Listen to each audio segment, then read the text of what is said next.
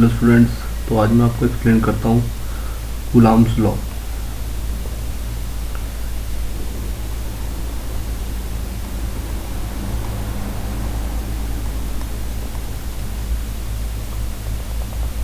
तो coulombs law क्या कहता है कि अगर हमारे पास दो चार्जेस हैं, यहाँ पे मैंने ले लिया एक चार्ज Q1, यहाँ पे एक ले लिया charge Q2 and they are at distance R। तो ये दोनों चार्जेस एक दूसरे पे फोर्स लगाएंगे।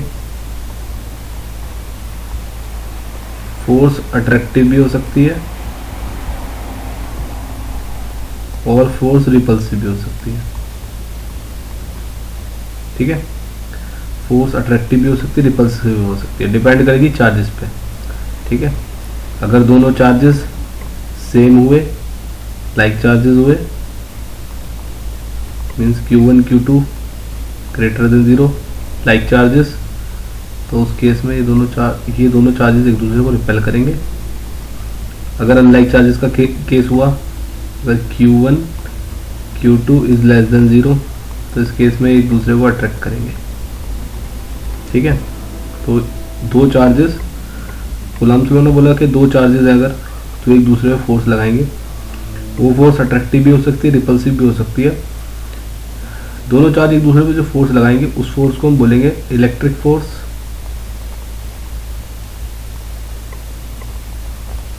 या फिर electrostatic force.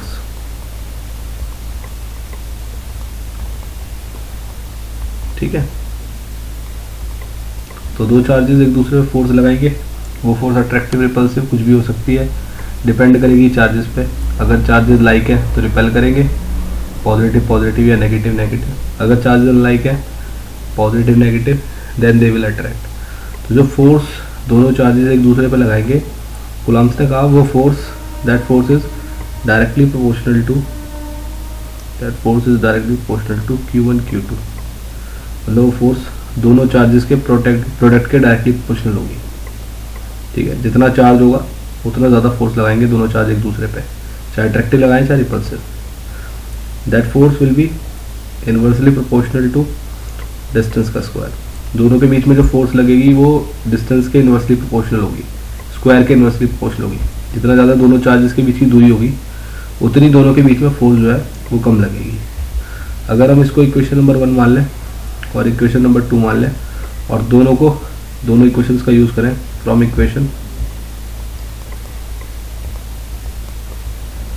Equation first and second, तो यहाँ से हमारे पास आ जाएगा F is directly proportional to Q1 Q2 upon में R स्क्वायर।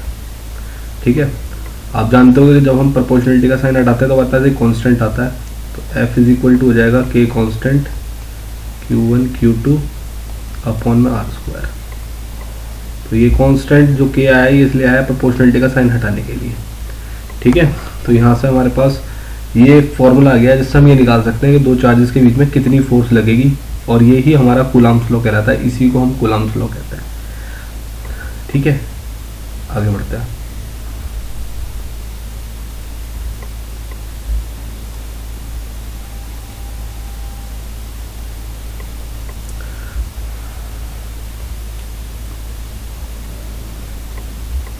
अब जैसे कि पहले मैंने आपको कूलाम्स लॉ बताया, कूलाम्स लॉ हमसे कहता है that F is equal to K Q1 Q2 upon में R स्क्वायर।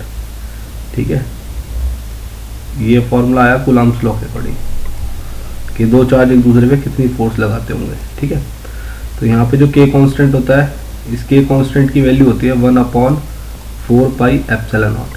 ठीक है, एप्सिलॉन नॉट, और इसको हम लेते हैं इक्वल टू 9 × 10⁹। ये जो K होता है इसको हम 1/4 पाई एप्सिलॉन नॉट लेते हैं, उसकी वैल्यू 9 × 10⁹ होती है और यूनिट होती है न्यूटन पर मीटर स्क्वायर कूलम -2। ठीक है, ये जो एप्सिलॉन नॉट है यहाँ पे, इस एप्सिलॉन नॉट को हम बोलते हैं परमिटिविटी ऑफ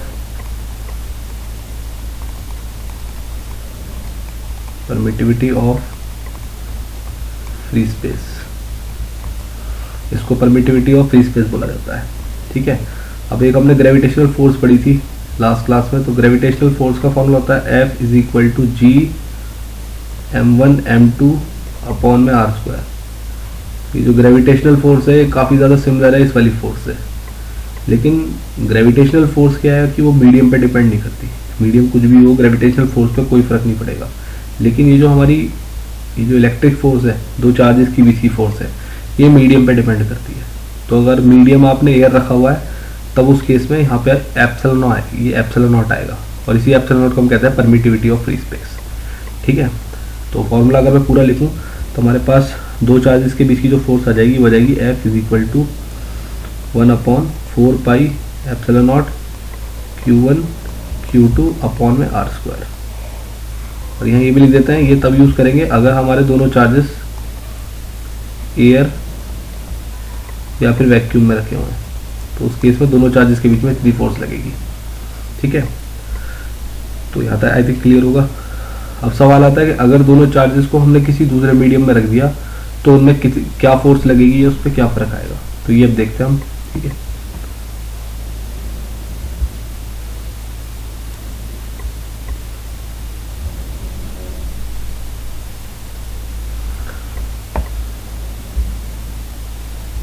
तो अगर हम दोनों चार्जेस को किसी दूसरे मीडियम में रख दें तो फोर्स पे क्या अंतर आएगा या क्या फर्क आएगा वो देखने के लिए अब एक नई टर्म आपको समझनी पड़ेगी। इस टर्म का नाम है रिलेटिव परमिटिविटी।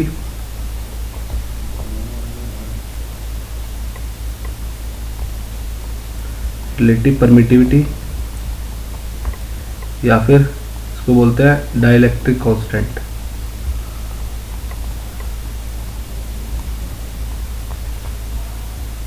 रिलेटिव परमिटिविटी या डाइलेक्ट्रिक कांस्टेंट। तो क्या मतलब होता है रिलेटिव परमिटिविटी का और डाइलेक्ट्रिक कांस्टेंट का, तो ये समझने के लिए पहले हम क्या करते हैं, हम यहाँ पे दो चार्ज ले लेते हैं। एक चार्ज मैंने Q1 लिया और एक चार्ज Q2 लिया, और मान लो कि मैंने इन दोनों चार्जेस को r डिस्टेंस दूर रख दिया, और ये मैंने दोनों चार्जेस जो r डिस्टेंस दूर रखे हैं ये एयर या फिर वैक्यूम में रखे हैं। तो इस केस में जो दोनों चार्जेस के बीच में फोर्स लगेगी अकॉर्डिंग टू कूलम्ब्स लॉ, वो फोर्स लगेगी F is equal to 1/4 pi epsilon naught into Q1 Q2 upon में आर स्क्वायर। ये फोर्स लगेगी दोनों चार्जेस के बीच में। ठीक है, अब अगर मैं क्या करूं, अगर मैं इन दोनों चार्जेस को, यही दोनों सेम चार्जेस, चार्ज Q1 और दूसरा चार्ज Q2, दोनों के बीच की दूरी r, और मैं इनको एयर या वैक्यूम में ना रख के मैं इनको किसी अदर मीडियम में रख दूं,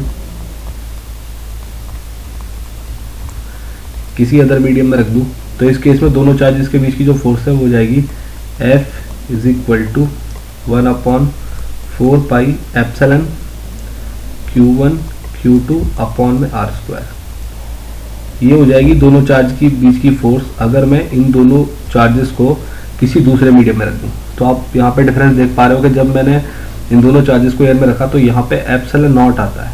ठीक है, और अगर मैं इन दोनों चार्जेस को किसी दूसरे मीडियम में रख दे रहा हूँ तो सारी चीज़ें चेंज नहीं हो रही, डिस्टेंस भी हम उतना ही रख रहे हैं वैसे यहाँ पे, लेकिन बेसिकली जो चेंज आ रहा है वो एप्सिलॉन चेंज होकर यहाँ पे एप्सिलॉन नॉट की जगह एप्सिलॉन आ गया अगर दूसरे मीडियम में रखते हैं।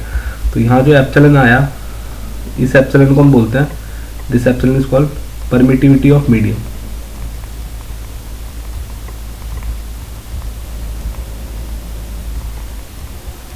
तो आपने देखा जो ऊपर वाला एप्सिलॉन था, ये एप्सिलॉन नॉट था, इसको हमने बोला था परमिटिविटी ऑफ फ्री स्पेस,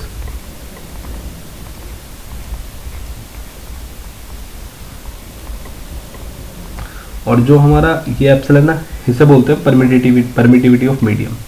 ठीक है, तो ये जो ऊपर फोर्स आ गई ये हमारी आ गई एयर में, अगर दो चार्जेस रखे तो उनके बीच में कितनी फोर्स लगेगी इसको मैं F से लिख देता हूँ, और अगर उसको किसी दूसरे मीडियम में रख दिया तो कितनी फोर्स लगेगी उसको मैं FM से लिख देता हूँ।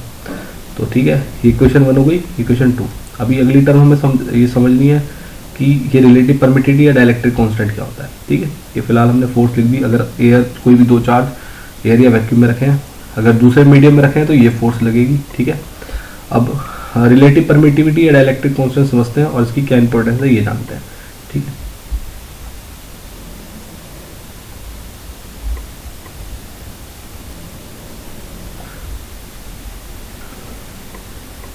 तो इससे पहले मैंने दो इक्वेशन बनाई, मैंने लिखा force between two charges in air, तो कितनी थी 1/4 pi epsilon naught Q1 Q2 upon में r²।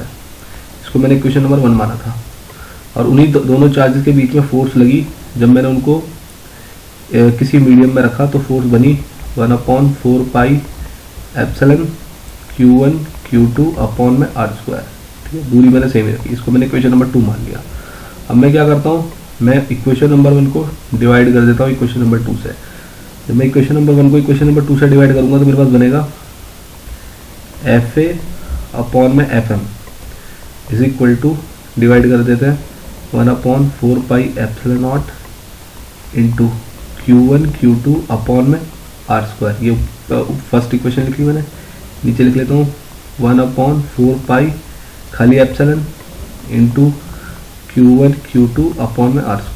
ठीक है, यहाँ से आप देख सकते हो Q1 Q1 कट जाएगा, Q2 Q2 कट जाएगा, r² कट जाएगा, 4 पाई से 4 पाई में कट जाएगा। ये जो एप्सिलॉन है ये क्रॉस मल्टीप्लाई में पहुंच जाएगा ऊपर, तो यहाँ से हमारे पास FA अपॉन में FM इज इक्वल टू बन जाएगा एप्सिलॉन अपॉन में एप्सिलॉन नॉट। तो ये epsilon permittivity of a medium, epsilon naught permittivity of free space, इन दोनों के रेशियो को ही हम बोलते हैं is equal to ER, relative permittivity या फिर डाइलेक्ट्रिक कांस्टेंट K, दो नाम है इसके। The ratio between the permittivity of a medium and the permittivity of free space is called relative permittivity या फिर परमिटिविटी, या फिर इसको बोलते हैं डाइलेक्ट्रिक कांस्टेंट K। सही है, तो ये हमारे पास यहाँ से डिफाइन हो गया परमिटिविटी ऑफ ए मीडियम या फिर परमिटिविटी रिलेटिव परमिटिविटी हमारे पास यहाँ से डिफाइन हो गई है।